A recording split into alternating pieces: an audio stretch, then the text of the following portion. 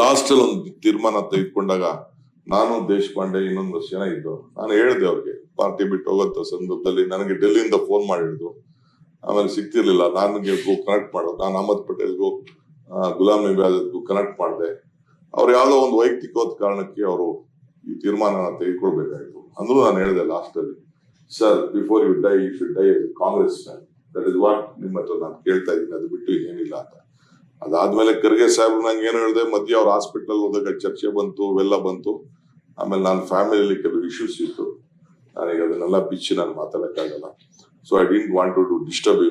Last ಅಲ್ಲಿ ನಮ್ಮ ಗುಳಿಗೌಡ ಅವರು ಇರೋದಷ್ಟು ಹೋಗಿ ಕೆಲವೊಂದಿಬ್ರು 3 ಜನ ನಾನು PCC ಪ್ರೆಸಿಡೆಂಟ್ ಆಗಿ ಎಲೆಕ್ಷನ್ ಹೊರಡಕ್ಕಿಂತ ಮುಂಚಿತವಾಗಿ ನಾನು ಆಕ್ಟಿವ್ ಪಾಲಿಟಿಕ್ಸ್ ಇಂದ ರಿಟೈರ್ಡ್ ಆಗ್ತೀನಿ ಅನ್ನೋ ಒಂದು ಸಂದೇಶವನ್ನ ಅವ್ರ ಕೈಲಿ ಕೊಡಿಸಿದ್ರು.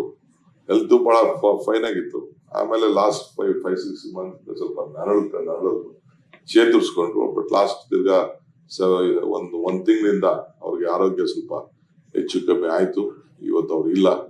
ಬಟ್ 92 years ಅವ್ರದ್ದು ಡಿಸಿಪ್ಲಿನ್ ಲೈಫ್ ಇದೆಯಲ್ಲ, ಡಿಸೈರ್, ಡೆಡಿಕೇಟ್, ಡಿಸಿಪ್ಲಿನ್ ಲೈಫ್ ಇದೆಯಲ್ಲ, ಆ ಲೈಫು ಅಷ್ಟು ವರ್ಣರಂಜಿತ. ಅವ್ರು ಹೇಳ್ದಂಗೆ ಪ್ರತಿ ಬಟ್ಟೆನೂ ಕೂಡ ಅವರೇ ಡಿಸೈನ್ ಮಾಡಿಸುವಂತ ಒಂದು ವಿಚಾರ. ಪ್ರತಿಯೊಂದರಲ್ಲೂ ಊಟ ತಿನ್ನೋದ್ರಲ್ಲಿ ಅವ್ರದ ಪ್ಯಾಷನ್, ಇವೆಲ್ಲ ಕೂಡ ಐ ಥಿಂಕ್ ನಾವೆಲ್ಲ ಕಲಿಯೋದು ಬೇಕಾದಷ್ಟು ವಿಚಾರಗಳಿದೆ. ಹೇಳ್ದಂಗೆ ಮೊಯ್ಲಿ ಸಾಹೇಬರು, ಇವರು ನಮ್ಮ BR ಶಂಕರ್ ಹೇಳ್ದಂಗೆ ಸಿದ್ದರಾಮಯ್ಯನವ್ರ ಪಾರ್ಟಿಗೆ ಸೇರ್ಬೇಕಾದ್ರೆ ಈ ಕೆಲವರೆಲ್ಲ ಬಹಳ ಜನ ಮಾತಾಡ್ಬೋದು, ಅವ್ರು ಗವರ್ನರ್ ಆಗಿ ಇಟ್ಕೊಂಡು ಏನ್ ರೋಲ್ ಪ್ಲೇ ಮಾಡುದು, ಕೃಷ್ಣ ಅವ್ರ ಬಗ್ಗೆ ಎಷ್ಟೋ ಮೊಯ್ಲಿ ಇವರು ಮೇಡಮ್ ಅವ್ರ ಬಗ್ಗೆ ಆ ಸಂದರ್ಭದಲ್ಲಿ ಹಿಂದೆ ಎಲ್ಲ ನಡೆದಿತ್ತು. ಅಲ್ಟಿಮೇಟ್ಲಿ ಗೋಲ್ ಹೊಡಿಲಿಕ್ಕೆ ಏನು ಒಂದು ಹೇಳಿ ಇಲ್ಲ ಪಕ್ಷಕ್ಕೆ ಸೇರ್ಸ್ಕೋಬೇಕು ಅಂತ ಹೇಳಿ ಅವ್ರದ್ದು ದೊಡ್ಡ ಕಾಂಟ್ರಿಬ್ಯೂಷನ್ ಇದೆ. ಅದನ್ನೆಲ್ಲ ನಾವ್ ಹೇಳಿದ್ರೆ ಒಪ್ತಾರೋ ಇಲ್ವೋ, ಬಟ್ ಅಲ್ಟಿಮೇಟ್ಲಿ ಆಯ್ತು. ಕೊನೆಗೆ ಅವ್ರು ಬಂದಾಗ ಗವರ್ನರ್ ಮಂತ್ರಿಗಿರಿ ಕಳ್ಕೊಂಡು ತಿರ್ಗಾ ಇಲ್ಲಿ ಬಂದಂತ ಸಂದರ್ಭದಲ್ಲಿ ನಡೆದಾಗ ಈ ನಮ್ ರಾಥೋಡ್ ಅಶೋಕ್ ಇಬ್ರು ಅದ್ ಯಾವ್ದೋ ಒಂದು ರೂಟ್ ಕೊಟ್ಬಿಟ್ಟು ಪೇಪರ್ಗೆ ಅದೆಲ್ಲ ಬೇಕಾದಷ್ಟು ಎಲ್ಲ ಬೆಳಗಾಮಿಂದ ಬರ್ತೀನಿ ಅಂತ ಪೇಪರ್ಗೆ ನಾವು ಕೊಟ್ಬಿಟ್ಟಿದ್ರು. ಬೆಳಗಾಮಿಂದ ಬರ್ತೀನಿ ಅಂತ ಹೇಳ್ಬಿಟ್ಟು ಕೊಟ್ಟೆ. ಅದೆಲ್ಲ ಏನೇನೋ ಇಶ್ಯೂಸ್ ಆಯ್ತು. Let me not discuss on that issue. Anyway, ಒಂದು ಅವರ ಬದುಕಿನಲ್ಲಿ ನಾವೆಲ್ಲ ಕಲಿಯೋದು ಬಹಳ ಇದೆ. ನಮ್ಮ ವೈಯಕ್ತಿಕವಾದ ವಿಚಾರಗಳು ಬಿಡಿ, ಬಟ್ ಅವರು ಪ್ರತಿಯೊಂದು ಆಲೋಚನೆ ಮಾಡ್ತಿದ್ದು ರಾಜ್ಯದ ಹಿತಕ್ಕೆ. ನಾನು ಸುಮ್ನೆ ಒಂದಷ್ಟು ಉದಾಹರಣೆ ಕೊಟ್ಟರಲ್ಲ, ಯಾವ್ದು ಸ್ಥಾನದಲ್ಲಿ ಅವ್ರು ಮುಟ್ಟಿಲ್ಲ. ಇದ್ದಿದ್ದು 26,000 ಕೋಟಿ. ಯಾವ ವರ್ಗದಲ್ಲಿ ಅವ್ರು ಮುಟ್ಟಿಲ್ಲ, ಎಲ್ಲ ವರ್ಗದಲ್ಲೂ ಅವರು ಮುಟ್ಟಿ ಆ ಸಮಾಜಕ್ಕೆ ಬರೋದ್ರಿಂದ ನಾವಿವತ್ತು ಅವ್ರನ್ನೆಲ್ಲ ಸ್ಮರಿಸ್ಕೊಂಡು ನೆನೆಸ್ಕೊಳ್ಳುವಂತ ಒಂದು ಪರಿಸ್ಥಿತಿಲಿ ಇದ್ದೇವೆ. ಸೊ ಅವ್ರದ್ದು ಅಂತಿಮ ನಮನ ಫೈನಲ್ 3 ಗಂಟೆಗೆ ಮದ್ದೂರಲ್ಲಿದೆ. ನಾನು ಬೆಳಗ್ಗೆ ಅಷ್ಟೊತ್ತಿಗೆ ಬಂದು ಡೆಲ್ಲಿಯಿಂದ ಇದರಿಂದ ಬೆಳಗಾವಿಯಿಂದ ಬಂದು ಸೀದಾ ಹೋಗಿ ನಾನೇ ಕೆಲವು ಜಾಗ ಅವ್ರಿಗೆ ಒಂದು ಆಸೆ ಇತ್ತು. ನನ್ನ ಮಗಳಿಗೇನೋ ಹೇಳಿದ್ರಂತವ್ರು. ನನ್ನ ಮಗಳು ಹೇಳಿದ್ರು ಅವ್ರದ್ದು ಆಸೆ ಹಿಂಗಿದೆ, ಒಂದು ಸ್ಕೂಲ್ ಕಟ್ಟಬೇಕು ಅಂತಿದ್ದಾರೆ ಆ ಜಾಗದಲ್ಲಿ ಅಂತ. ನಾನು ಫ್ಯಾಮಿಲಿ ತಾವು ಮಾತಾಡಿ ನಾನೇ ಹೋಗಿ ಚರ್ಚೆ ಮಾಡಿ ಆ ಜಾಗ ಅದೆಲ್ಲ ಸ್ವಲ್ಪ ಎಲ್ಲ ಸರಿ ಇರ್ಲಿಲ್ಲ, ಎಲ್ಲ ಸೆಟ್ರೇಟ್ ಮಾಡ್ಬಿಟ್ಟು ಎಲ್ಲ ನಾನು ನಮ್ಮ ಚೌಡರಾಯ ಸ್ವಾಮಿಯವರು ಬೇರೆಯವರೆಲ್ಲ ಹೋಗಿ ಕೂತ್ಕೊಂಡು ಮಾತಾಡಿ ಏನೇನ್ ಮಾಡ್ಬೇಕು ಅಂತೆಲ್ಲ ಹೇಳ್ಬಿಟ್ಟು ಸರ್ಕಾರದಿಂದ ಯಾವ ರೀತಿ ಗೌರವನ ಸಲ್ಲಿಸ್ಬೇಕು ಅಂತ ಮಾತಾಡಿ ಚೀಫ್ ಮಿನಿಸ್ಟರ್ ಕೂಡ ನಾಳೆ ರಜಾ ಘೋಷಣೆ ಮಾಡೋದಂತ ಕೆಲಸ ಅವರು ಕೂಡ ತೀರ್ಮಾನ ತೆಗೆದುಕೊಂಡು. ಸೊ ಇಡೀ ನಮ್ಮ MLAs ಎಲ್ಲ ಈಗ ಒಂದು ಸ್ಪೆಷಲ್ ಫ್ಲೈಟ್ ಮಾಡ್ಕೊಟ್ಟಿದ್ದಾರೆ, ಎಲ್ಲ ಬರ್ತಾ ಇದ್ದಾರೆ.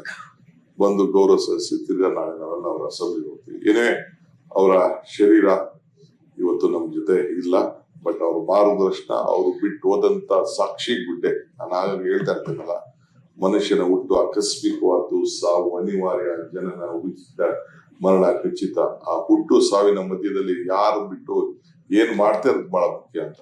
ಇವತ್ತು ವಿಕಾಸಸೌಧ ಕಟ್ಟವ್ರೆ, ಹನುಮಂತಯ್ಯನವರು ವಿಧಾನಸೌಧ ಕಟ್ಟಿದ್ರು, ಅವರು ವಿಕಾಸಸೌಧ ಕಟ್ಟವ್ರೆ, ಉದ್ಯೋಗ ಸೌಧ ಕಟ್ತವ್ರು ಅವರು. ಸೊ ಹಂಗೆ ಆ ಸಂದರ್ಭದಲ್ಲಿ ಮೊಯ್ಲಿ ಸಾಹೇಬ್ ಹೇಳ್ತಾ ಅಲ್ವಾ, ಆಗ ಎಲೆಕ್ಟ್ರಾನಿಕ್ ಸಿಟಿ ಅವರು ಇವರಿಬ್ರು ಸೇರಿ ಎಲೆಕ್ಟ್ರಾನಿಕ್ ಸಿಟಿನ ಕಟ್ಟಲಿಕ್ಕೆ ಇವರಿಬ್ರುದೇ.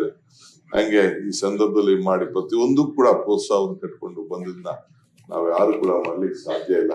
ಇನ್ನ ಬಹಳ ಗಂಟೆಗಟ್ಟಲೆ ಅವ್ರ ವಿಚಾರ ಮಾತಾಡ್ಬೋದು. ಬೇರೆ ಯಾವ್ದಾದ್ರು ಒಂದ್ ಸಂದರ್ಭದಲ್ಲಿ ನಾನು ಎಲ್ಲಾ ಪೊಲಿಟಿಕಲ್ ಪಾರ್ಟೀಸ್ ಸೇರಿ ಕೆಲವು ಲೀಡರ್ಸ್ ಎಲ್ಲ ಕರೆಸಿ ಅವ್ರ ಬಗ್ಗೆ ಅಧ್ಯಯನ ಮಾಡಿ ಚರ್ಚೆ ಮಾಡಿ ಸಮಾಜಕ್ಕೆ ತಿಳಿಸುವಂತ ಒಂದು ಪ್ರಯತ್ನವನ್ನ ನಾವು ಮಾಡೋಣ.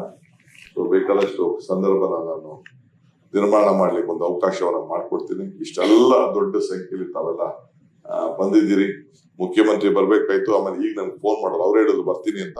ಇಲ್ಲ ಡಿಕೆ ನಾನು ಅಲ್ಲಿ ಹೋಗಿ ಮನೆಗೆ ಹೋಗ್ಬಿಟ್ಟು ನಾನು ಬೇರೆ ಹೋಗ್ತೀನಿ. ಪಾಪ ಇನ್ನೊಬ್ರು ನಮ್ಮ ಜಯಣ್ಣ ಅಂತ ನಮ್ಮ ಮಾಜಿ ಶಾಸಕರು ಅವರು ಕೂಡ ತೀರ್ಕೊಂಡಿದ್ದಾರೆ. ಅದು ಕೂಡ ಒಂದು ಬಹಳ ಒಂದು ದೊಡ್ಡ ಲಾಸ್ ಆಗಿದೆ. ಸೊ ಇವತ್ತು ನಾವೆಲ್ಲ ಅವ್ರ ಆತ್ಮಕ್ಕೆ ಶಾಂತಿ ಸಿಗ್ಲಿ. ಅವ್ರ ಕುಟುಂಬದ ಬಿಡಿ, ಅವರ ಬಹಳ ಜನ ಬೆಳೆಸಿದಂತ ಅನ್ಯಾಯಿಗಳು ಬಹಳ ಇದ್ದಾರೆ. ಅವರೆಲ್ಲರೂ ಕೂಡ ಈ ಸಂದರ್ಭದಲ್ಲಿ ಇವತ್ತು ರಾಜ್ಯಕ್ಕೆ ಒಂದು ದೊಡ್ಡ ಶಕ್ತಿ ಕೊಟ್ಟಿದ್ದಾರೆ, ಅವರ ಅನುಭವ ಕೊಟ್ಟಿದ್ದಾರೆ. ಸೊ ಅದನ್ನ ನಾವೆಲ್ಲ ಕಳ್ಕೊಂಡಿದ್ದೇವೆ.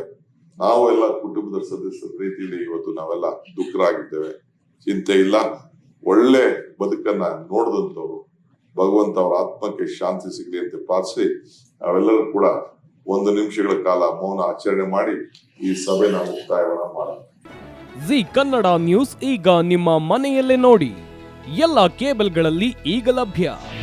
ನಿಮ್ಮ ನೆಚ್ಚಿನ ಜಿ ಕನ್ನಡ ನ್ಯೂಸ್ ಈಗ ಸನ್ ಡೈರೆಕ್ಟ್ ನಲ್ಲಿ number 292, Tata play number 1664, Jio TV number 1334, NXT digital number 30, in cable number 30, city networks 51, U digital number 162, GTPL number 17, Rockline telecommunications number 42, Shri Basaveshwara cable number 168, rural cable network 60, Vinayaka digital 57, Abhishek cable 821, city channel 53, Siddeshwara cable network 57, V4 digital Infotech 628, Surya digital networks 53, Gajanan digital number 836, Malnad infotech private limited number